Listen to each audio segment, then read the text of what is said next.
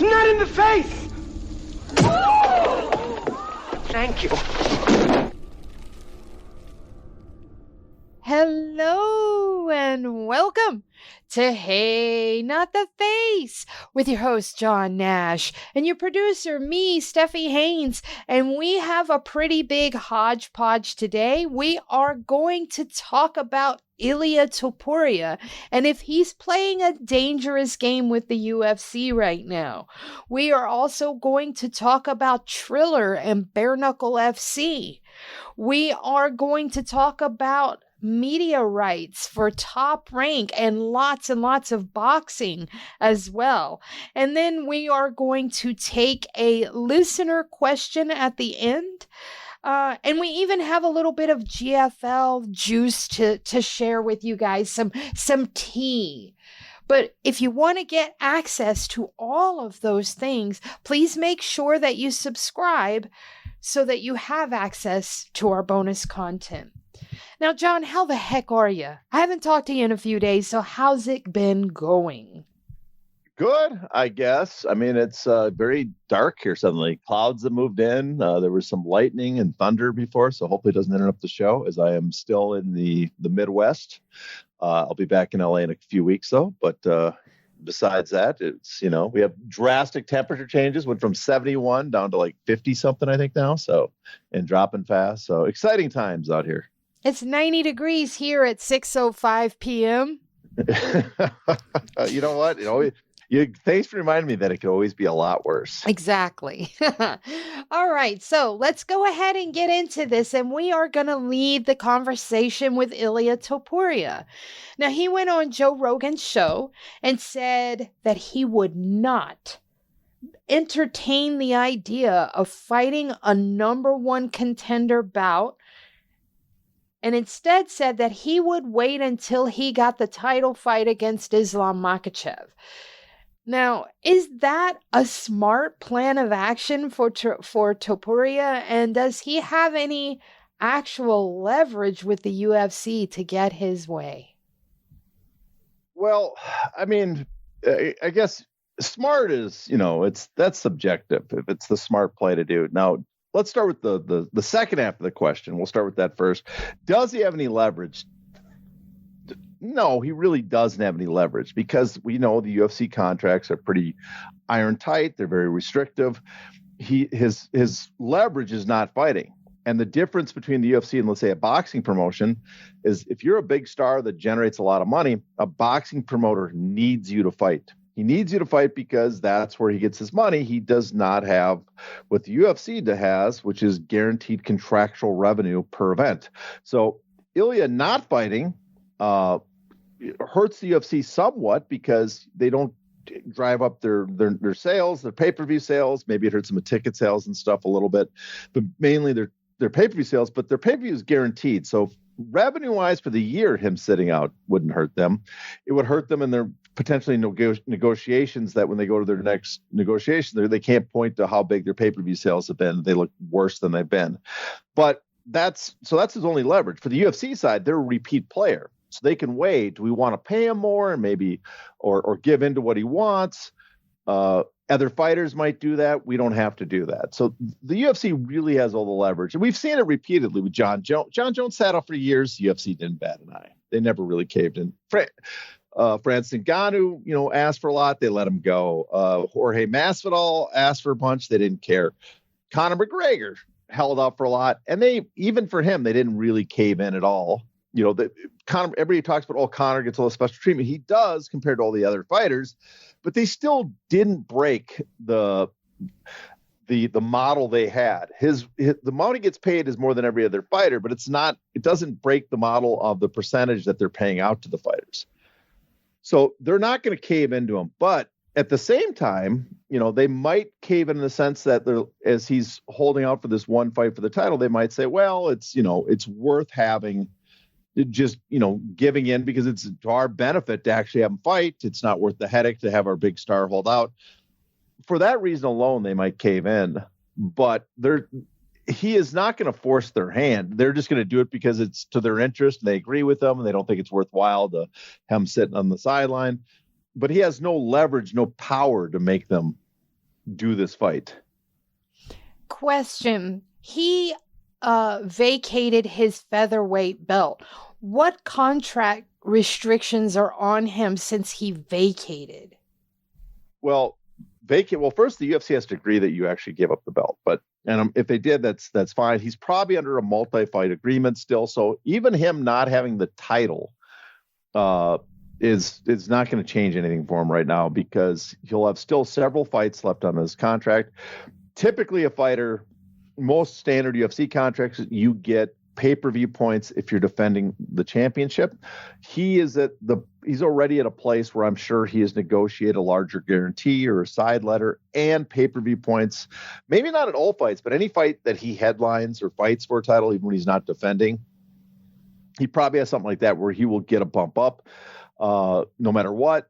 And for the UFC's point of view, even though he gave up the title, they're going to probably put him in a title fight. And if he wins, he'll be again underneath the championship clause, meaning that at the end of his contract, there'll be 3 additional fights added, or he'll lose and he'll lose his value. So it's not as big a deal that he has less fights left on his contract. So that's probably the contract he's under. And that contract, as we've talked about repeatedly, because there's so many provisions for extending it, because there's, all the powers on the side of the promoter, that contract's going to hold in place. He is not going anywhere, would be my guess. Not even my guess. I assure you people, he is not going anywhere.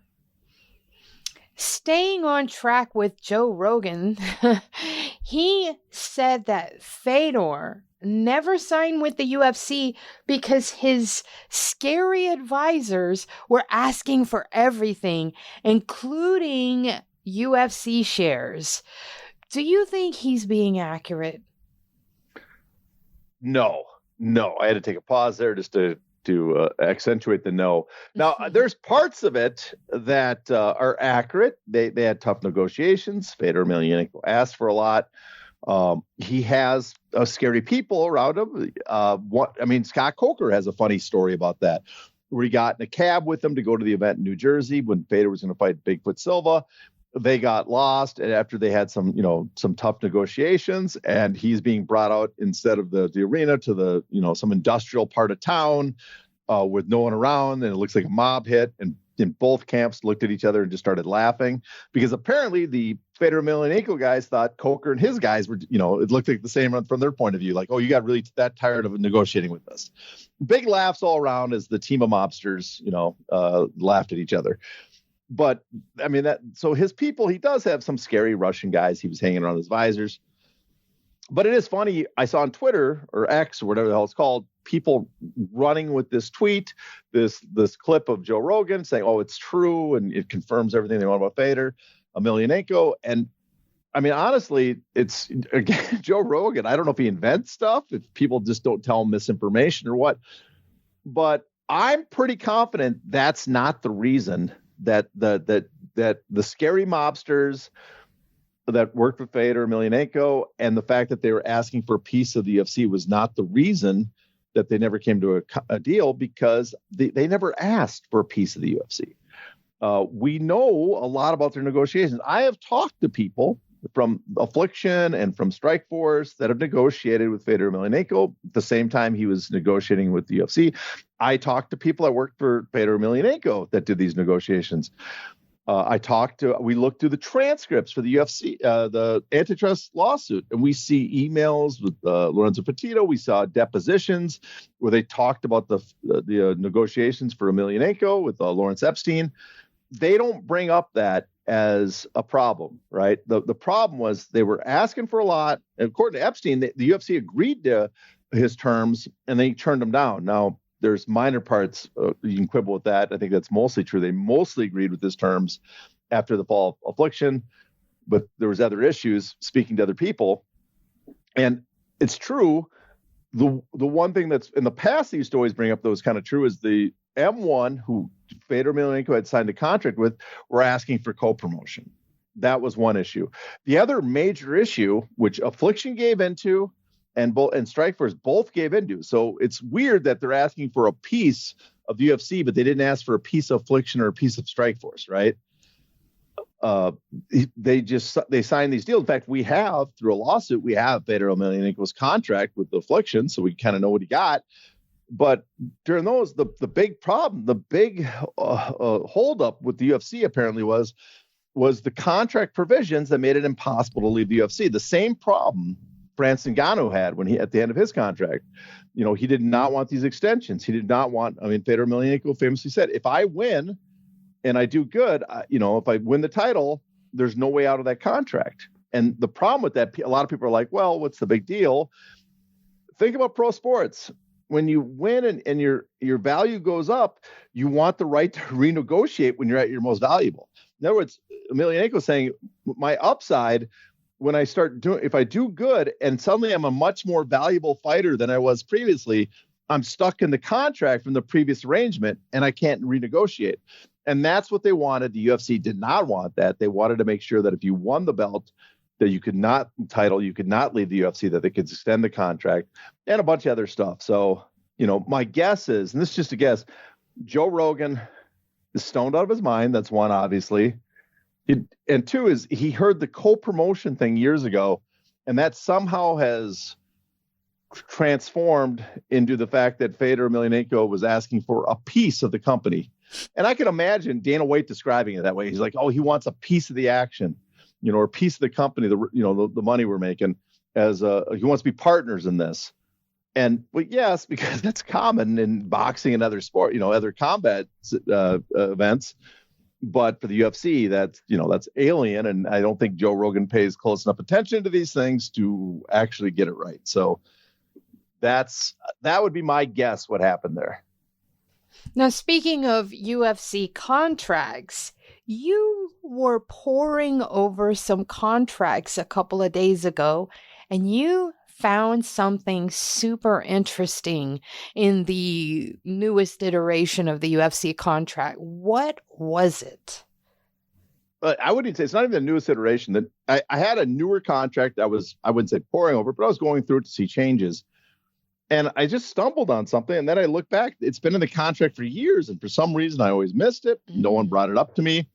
And it's the section on independent contractors. And the whole thing about the fighter controls the manner and means of the contract performance. Basically, it's a reiteration that you are an independent contractor. But the weird part is at the very end of this paragraph, this section, there's a sentence that just says, I'm just going to read the sentence. Fighter additionally agrees that if fighter chooses to undertake any training activities or preparation for bouts, such activities and or preparations for bouts will not take place in California. That's all it says, but it tells fighters you agree not to train in preparation for your fight in California. Now, I've reached out to several people, fighters, managers, attorneys, the California Athletic Commission, Andy Foster. He hasn't got back to me. Apparently, he hasn't got back to me ever since I asked what's going on with the Ali Act. So maybe one has to do with the other. But I asked all these people, and no one can give me an answer. No one knows why that was inserted. I mean, we can guess. I'm sure it has to do something. Some law or bill or court ruling in California happened that alerted TKO, or at the time Endeavor, attorneys to this, and they inserted this for a reason. But right now, no one can tell me a reason, and it's got me kind of stumped, and I'm intrigued. So if you're a listener out there and you know the reason this was inserted, if you know what happened in California that would cause them to put this in here, please let me know, because I'm very intrigued by this. All right, it's time to get into some Triller gossip tea. It's actually not gossip tea. This is hardcore fact. But they have applied for a $10 million convertible note.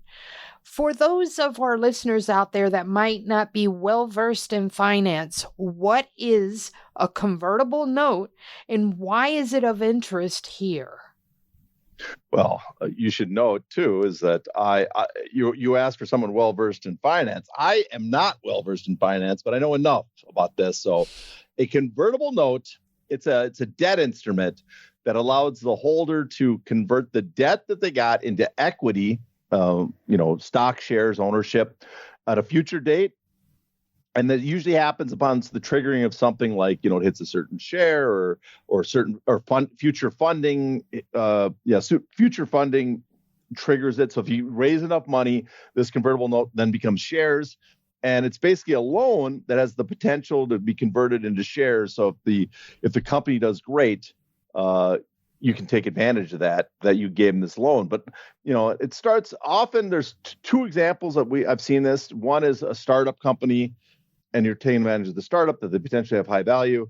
The other is kind of a more desperate company.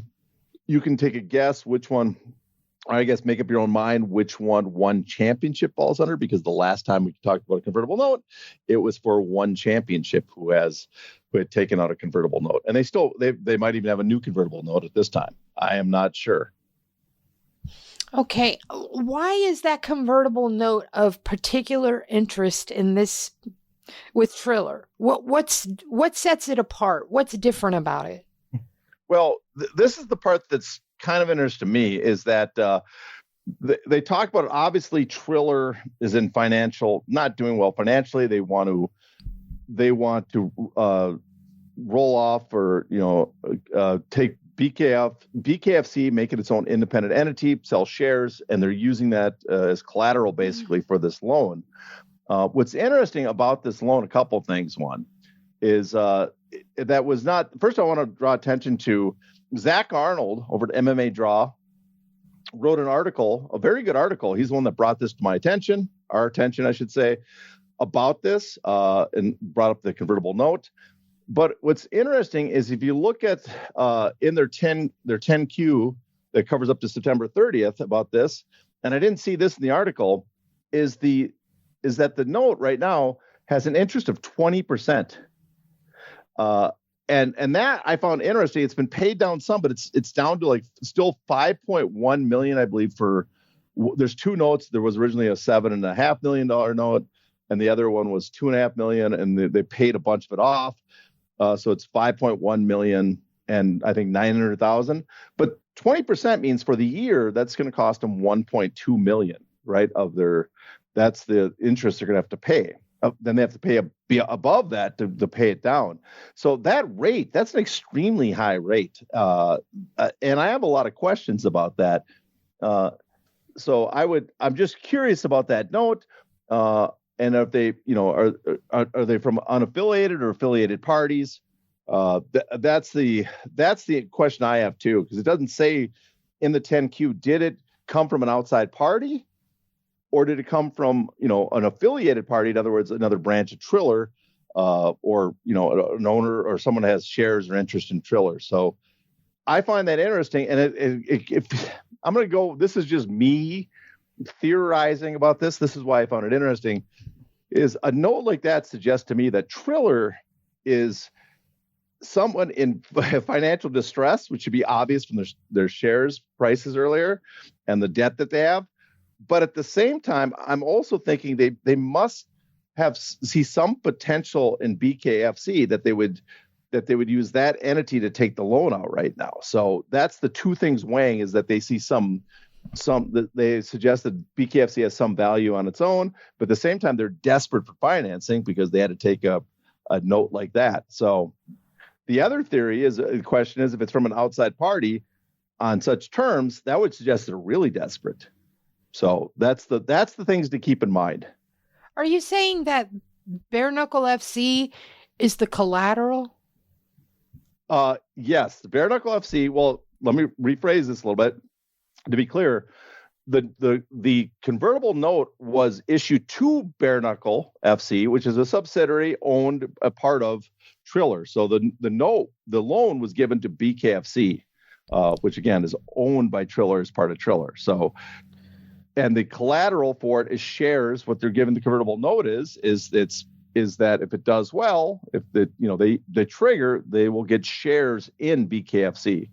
I'm guessing maybe when it gets peeled off and becomes its own entity, they'll get more shares. But again, the big question is, where do they get the loan from? Is it from unaffiliated party or an affiliated party? And why is it at such a high interest rate of 20%? All right. That sounds like loan shark interest rates. It is. It's the vague. That's a pretty high vague. 20%. Yeah, exactly. Thank you, because I was biting my tongue on saying it's a vig. All right. An article in Sports Business Journal said that Top Rank is likely to split media rights. What do we know about this? Well, this has been rumored before, and we don't know exactly what it means, but this is what I think it implies, is everybody assumes that DAZN is going to sign a Top Rank deal. That seems like seems like a very likely result. A lot of people think they've been in discussion. If that happens, if they go to DAZN, one is, well, they're probably going to get paid a lot less than they got at ESPN.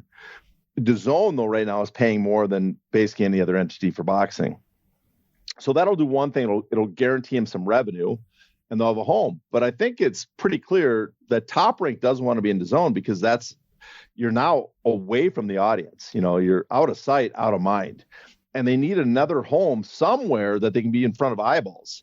And so they're negotiating, trying to split it, I think, to find a place where they can put that the American audience will actually find them. So on one hand, they want DAZN to guarantee the revenue, to keep the doors open, to make sure they have money coming in. On the other hand, they're looking to split it because they want to put somewhere that they can put on fights that people will actually watch. Because as we've discussed, DAZN has a very small audience, and it's when you're on DAZN, you seem to be out of sight, out of mind for the American audience. And I think Top Rank, and this is probably very wise of them, does not want that to happen to them. Staying along the trend of boxing here, which we're going to be along here for at least another 5 questions. Shakur Stevenson, if we go back in our memory palace, we will recall that Shakur Stevenson sort of clapped back at Turki Al-Sheikh because he said that Turki rescinded a previous fight purse offer for a fight. And then when it came time to sign the contract, the offer was much lower. So just yesterday, Shakur Stevenson issued an apology to Turki Al-Sheikh. What do you think happened there? Well, we also talked about this last week with Eddie Hearns, that he issued an apology on behalf of Shakur, that it was all a mistake. I can't remember exactly what Eddie Hearns said, but he gave a lot of reasons that basically excused what Shakur said and what happened on their deal. That the amount that Shakur was promised was almost exclusively for events that happened in Saudi Arabia, and when he's doing it in America, he won't get paid as much. So that was the excuse. I also think, Shakur, I think that's part of it. I think, Shakur, he wants to keep Turki happy because that's the guy signing the checks. And he's probably informed that, if you want these big purses from him under contract, you better not piss him off. I am curious about one thing.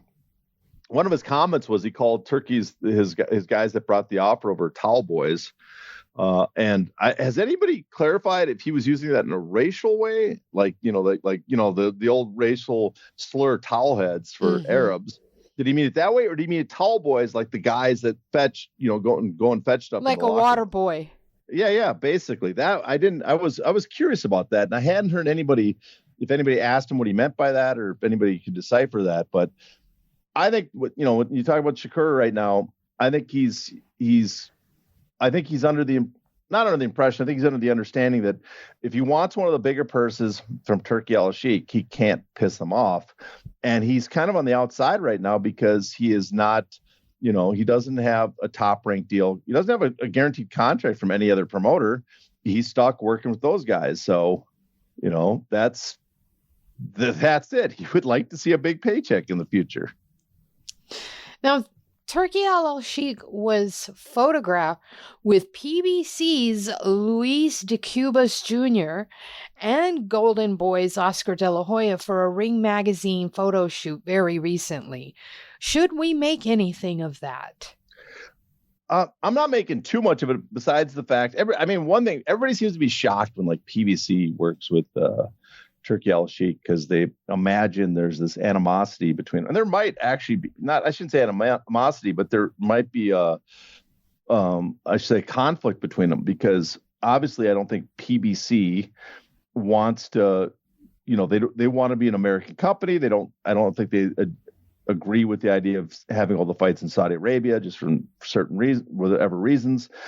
But at the same time, they will work with other promotions. And, I think people underestimate too is Heyman, as much as people complain he doesn't get his fighters fights, he has too many on his roster. And a lot of guys are sitting around. He still tries to get guys fights, especially the most, lucrative fights possible. He's always been kind of willing, if a big fight shows up, to let a guy leave under the PBC umbrella, unless there's a potentially big fight under PBC umbrella that he doesn't want to ruin with that. But he lets guys go all the time. And I think what's here is, he doesn't have Fox and Showtime anymore that we're giving him tons of dates, so he can keep that roster active. He doesn't even have Showtime anymore. He has Amazon. Now they're booking more dates, but it's still, he has a very large number of fighters signed to him that he has to find fights for. And if the Saudis need fights, I think he's, willing to let his fighters go there. It does not mean, though, that I think he's caving in or going to be a part of the Saudi family of promotions. I think he just sees that there's potential for his guys to make money. And, they're out there negotiating fights for those guys. What do you think of Turkey's, we're going to cap pay-per-view pricing at $20, only to come back and have their back-to-back May events come in at $60 each? Or $90 if you want to bundle them up. What did you think of that? Because I saw you post about it. To access the bonus content of this episode, you must be a paid subscriber. To do that, go to heynottheface.substack.com and subscribe today.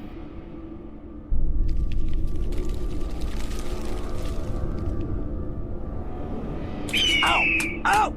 Not the face! Ooh! Okay, the face!